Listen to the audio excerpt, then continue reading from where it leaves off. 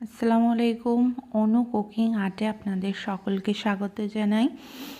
এই খিচুড়িটি যতটাই মুখরোচক ততটাই স্বাস্থ্যকর। তো চলুন বন্ধুরা দেখে এই নিরামিষ খিচুড়িটি বানাতে আমাদের কী কী লাগছে। তো দেখুন, আমি এখানে 200 গ্রামের মতো চাল, 150 গ্রামের মতো ডাল নিয়ে নিয়েছি। তারপর 2 থেকে 3 বার ধুয়ে নিলে নোংরা জলটি বেরিয়ে যাবে। তারপর ফ্রেশ জল দিয়ে 30 মিনিটের মতো ভিজিয়ে রাখতে হবে। চাল এবং ডাল দুটোই ফুলে যাবে এবং এটি অনেক কম সময়ে তৈরি হয়ে যাবে। তো দেখছেন বন্ধুরা, নিরামিষ খিচুড়ির জন্য কী কী নিয়েছি দেখে নিন। লাল আলু, গাজর, এমনি সাদা আলু এবং কুমড়ো। তো এখানে আমি ভাজাও করে দেখাবো বন্ধুরা। তো বন্ধুরা দেখুন, কুকারের মধ্যে অল্প একটু তেল দিয়ে নিয়েছি। হাফ চামচ লবণ এবং হাফ চামচ হলুদ দিয়ে ভালো করে সবজিগুলোকে ভেজে নেব। এটা আপনারা একবার করে দেখবেন, খিচুড়ির টেস্ট তো বাড়বেই, সঙ্গে সঙ্গে সবজির যে কাঁচা গন্ধ সেটাও চলে যায়। আমি এইভাবেই করি, আপনারা বাড়িতে একবার ট্রাই করে দেখবেন। দেখুন আমার সবজিগুলো ভাজা হয়ে গেছে প্রায়। এটি 2 মিনিটের মতো লাগবে সবজিটি ভাজতে এবং তারপর ভালো করে ওগুলোকে তুলে নেব। বন্ধুরা দেখুন, আমি কুকারে 30 ml মতো সরিষার তেল দিয়ে নিয়েছি। তার মধ্যে ফোড়নের জন্য কালো জিরা, একটি তেজপাতা, 7 থেকে 8টি কারি পাতা, 2টি শুকনো লঙ্কা, তারপর 2টি মিডিয়াম সাইজের পেঁয়াজ কুচি দিয়ে দিয়েছি এবং এর মধ্যে সামান্য একটু লবণ দিয়ে দেব।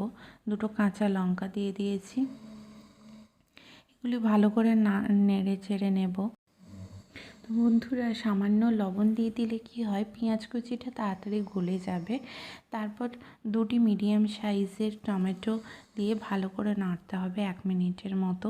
টমেটোর মধ্যেও আমরা একটু লবণ দিয়ে দেব যাতে টমেটোটা তাড়াতাড়ি গলে যায়। তারপর এর মধ্যে ভালো করে নাড়াচাড়া করে নেব সুন্দর করে। দেখতে পাচ্ছেন আমার কেমন কালার হয়েছে। এর মধ্যে 1 চামচ আদা রসুন বাটা দেব এবং আরেকটু ভালো করে নাড়াচাড়া করব যাতে আদা রসুন বাটার গন্ধটা একটু চলে যায়। এবং এর মধ্যে দেব দেখুন 2 চামচ লবণ, 2 চামচ হলুদ, হলুদের গুঁড়ো এবং 1 চামচ কাশ্মীরি লঙ্কার গুঁড়ো, হাফ চামচ বিরিয়ানির মশলা এবং 2 চামচ জিরা, ধনিয়া, গোলমরিচের গুঁড়ো।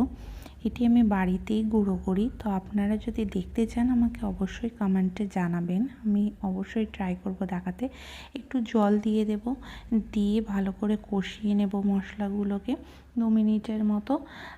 ভালো করে কষিয়ে নিতে হবে, ততক্ষণ পর্যন্ত কষাতে হবে যতক্ষণ ওই মশলাগুলো থেকে তেল না ছেড়ে দেয়। তার মধ্যে আমি চাল এবং ডালের মিশ্রণটি ভালো করে দিয়ে দেব, দিয়ে নাড়িয়ে নেব ভালো করে এবং 1 টুকরো মিছরি দিয়ে দেব এর মধ্যে।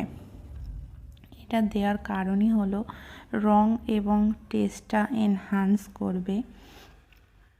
তো বন্ধুরা দেখুন, এইভাবে নাড়াচাড়া করছি আমি কিভাবে। আপনারা এইভাবেই করবেন এবং আমাকে জানাতে ভুলবেন না। এরপর এর মধ্যে ভাজা সবজিগুলোকে দিয়ে দেব, দিয়ে ভালো করে কষিয়ে নেব। কুকার এর মধ্যে ভালো করে সবগুলোকে কষিয়ে নিলে কি মশলাগুলো সবজিগুলোর মধ্যেও যেন চলে যায়। এইভাবে একটু 2 থেকে 3 মিনিট নাড়াচাড়া করব, কষিয়ে নেব, নিয়ে জল দেব, দিয়ে কুকার বন্ধ করে দেব, দিয়ে 3 থেকে 4টি সিটি নিলেই রেডি নিরামিষ খিচুড়ি।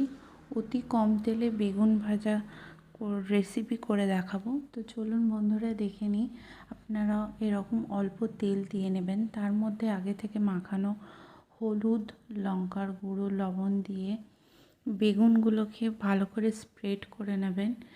নিয়ে এগুলোকে প্যানের মধ্যে একে একে সাজিয়ে দেব এবং একটু জলের ছিটা দিয়ে দেব। দিলে কি হবে বন্ধুরা, বেগুনগুলো গলে যাবে এবং তেলটা বেশি অ্যাবজর্ব করবে না। এইবার লিড বন্ধ করে রাখতে হবে 2 মিনিটের মতো। তারপর হালকা হালকা প্রেস করলে যে তেলটি দিয়েছিলেন সেইটি বেরিয়ে আসবে এবং ওই তেলেই ভাজা হয়ে যাবে। ভাজতে আরও 1 থেকে 2 মিনিট মতো লাগবে। তো তো আমার কথা অনুযায়ী একবার ট্রাই করে দেখবেন। অনেকে আছে তেলে বেগুন ভাজা খেতে চায় না, তার জন্য এই টিপসটি অবশ্যই ট্রাই করবেন। তো বন্ধুরা দেখুন এখানে সিটি পড়ছে এদিকে। তো আমার খিচুড়ি বানানো প্রায় শেষ। আমার মেয়ে তো এমনিতেই সবজি খেতে চায় না, এরকমভাবে খিচুড়ি বানিয়ে দিলে ও তৃপ্তি সহকারে খায়, আর বাচ্চারা খেলে তা দেখে তো মায়েদের আলাদাই শান্তি।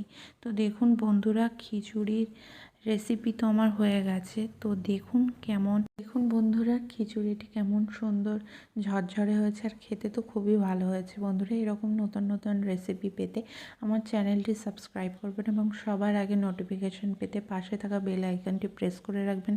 সবাই সুস্থ থাকবেন, ভালো থাকবেন। ধন্যবাদ। তো বন্ধুরা, কোথাও বুঝতে যদি অসুবিধা হলে ডেসক্রিপশন বক্স চেক করবেন, এবং আবারও দেখা হচ্ছে খুব শীঘ্রই।